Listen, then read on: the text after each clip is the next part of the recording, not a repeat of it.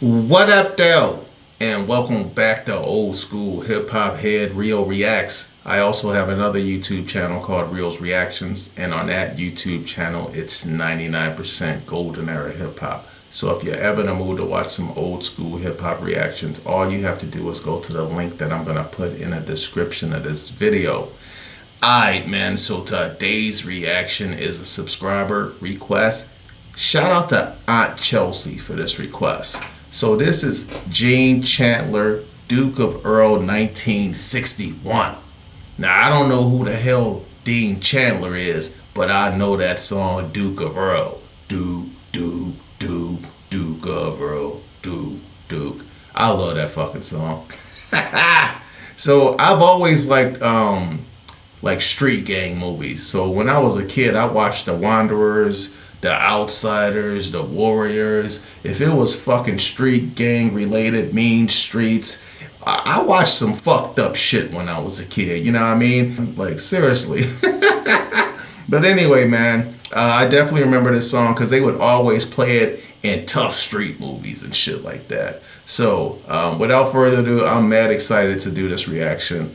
This is a live performance from 1961. Let's see if it says like the location.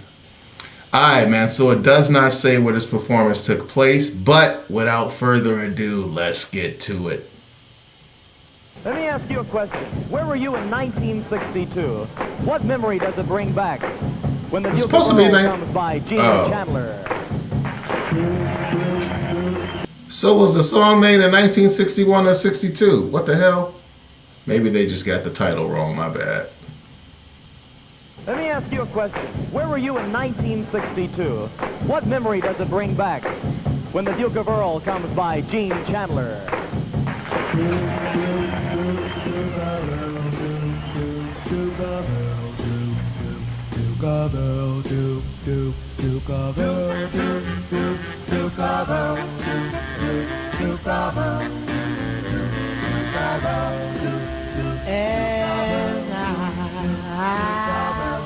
Through this world, nothing can stop a Duke of Earl. And you are my girl, and no one can hurt you. Oh no, yes I.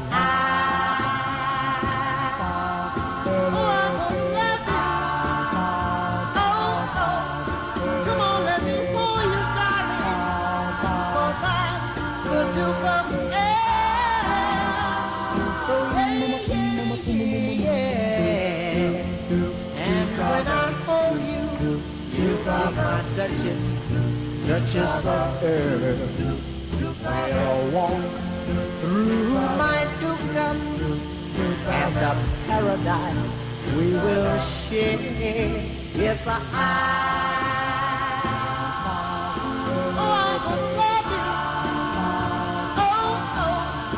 nothing can stop me now, 'cause I'm the Duke of Earl.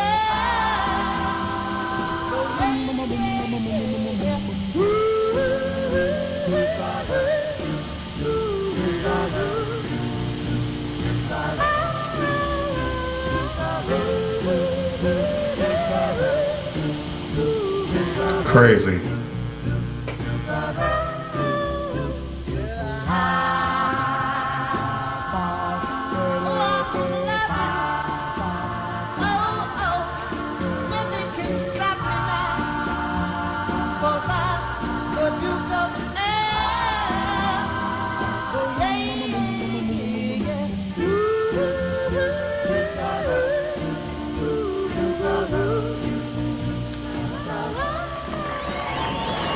Wow.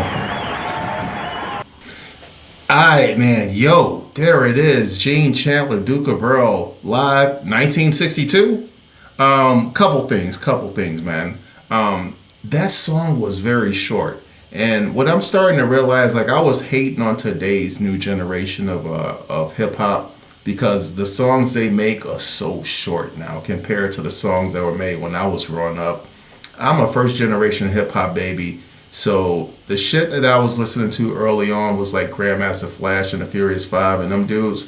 Like, they was coming out of the underground scene when hip hop was literally in the streets, the parks, house parties, and hip hop or, disco clubs.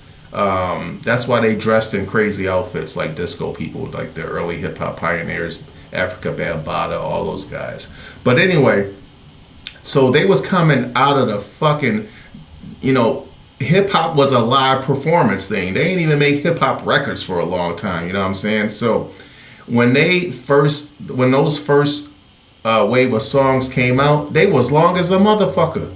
You know what I'm saying? They was like 7-8 minutes long. And then when I was a kid, like Run DMC, they got down to like 4.5 minutes, you know what I'm saying, with some of they shit. So I'm used to longer form songs, but nowadays everything's super short, you know what I mean? So that's very annoying to me. But when I think back to the, what do you want to call this type of music? It's not really rock and roll, even though that's what you would classify it as, but bebop, I don't know. I can't think of it right now. But anyway, doo-wop.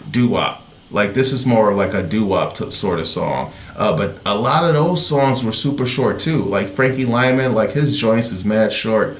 So that's just interesting. Like it literally just hit me as I was watching this video because I was like, this thing is too short. And I'm going to do a reaction to a 2-minute and 30-second song. You know what I'm saying? Another thing that I found mad interesting about this live performance is if this is 1962, y'all notice the demographics of the audience, son? He's the only black person there. The only one. And it makes me think back to like the Motown days. Like Motown started out basically on a Chitlin circuit, meaning they went to all like the southern states and all like the black cities. And when they would travel to these places, it was mad discrimination and racism. So they wouldn't be able to get gas at certain places. They couldn't eat at certain places. They couldn't stay at certain hotels. They had to go through the motherfucking back door to arenas. Like I don't know who it was, but they was telling a story that they were doing one of the Motown review shows and they looked out in the crowd. It was like the crowd, like it was all the black kids was in a balcony and all the white kids was like on the main floor, and they wouldn't do the show until like they let the black kids come down and shit like that. So just looking at this, man, just as a reminder of what shit had to go through not too long ago. I was born in 1974.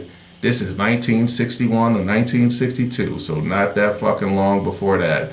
And this dude is performing at a place where he is the only black person there. Like, that would be a shitty feeling to perform like that. You know what I'm saying? But hey, you got to do it. You know what I'm saying? You got to get them numbers up. You know what I'm saying? But anyway, there it is. Shout out to Aunt Chelsea for this request. On to the next one. I'm out.